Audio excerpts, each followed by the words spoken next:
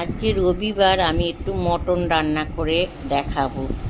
মটনটা আগে বেছে ধুয়ে রেখে দিয়েছি, আবার পেঁয়াজ, আদা, রসুন, গোটা জিরে, তারপর শুকনো লঙ্কা, গোটা গোটা ধনে, কাশ্মীর লঙ্কা, হলুদ, গোলমরিচ গুঁড়ো, তার সঙ্গে কাঁচা লঙ্কাও নিয়েছি, একটা টমেটো দিয়ে এটাকে পেস্ট করবো। পেস্ট করে মাংসটার মধ্যে মাখাবো।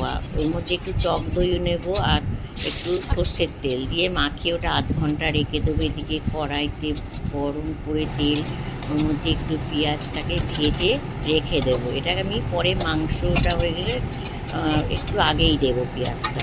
এর মধ্যে কড়াইতে একটু হলুদ দিয়ে তার মধ্যে আলুগুলো দিয়ে ভালো করে লাল করে ভেজে নেব। আলু ভাজা হয়ে গেলে আলুগুলো তুলে একটু ঢাকা দিয়ে ভাজবো, তাহলে আলুটা একটু হালকা গলেও যাবে। এবার আলুগুলোকে আমি তুলে ওদিকে একটা তিলের হাঁড়ি বসাবো। ওর মধ্যে আমি তেল দিয়ে, সর্ষের তেল দিয়ে সামান্য একটু চিনিও দেবো, তাহলে কালার আসবে।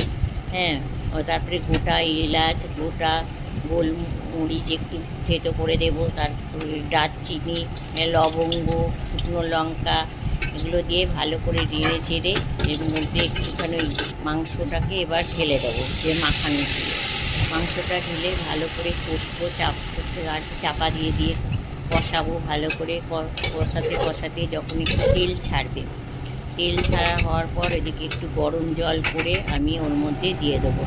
যখন মাংসই তেল ছেড়ে যাবে তারপরে নুন দেবো, একটু নুন দিয়ে আরেকটু কষাবো।